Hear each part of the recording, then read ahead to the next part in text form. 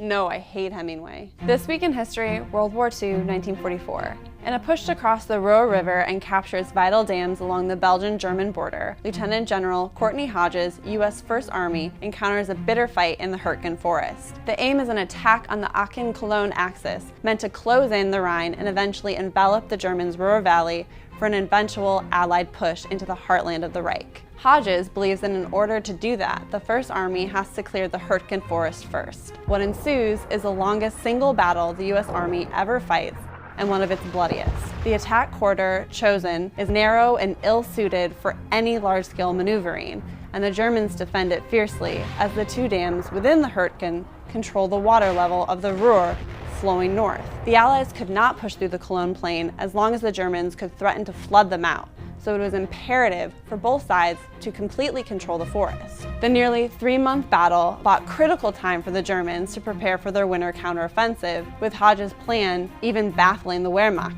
The German command could not understand the reason for the strong American attacks in the Hürtgen forest, recalled Major General Rudolf von Gersdorff, Chief of Staff of the German 7th Army. The fighting in the wooded area denied the American troops the advantages offered them by their air and armored forces, the superiority of which had been decisive in all the battles waged before. The Allied thrust ended with a German defensive victory until the eventual Allied breakout at the Battle of the Bulge. Writer Ernest Hemingway was actually attached to one of the regiments in the Hürtgen forest, and he describes it as Passchendaele with tree bursts. So you can kind of get a picture of just the brutal bloodletting that went on for 3 months.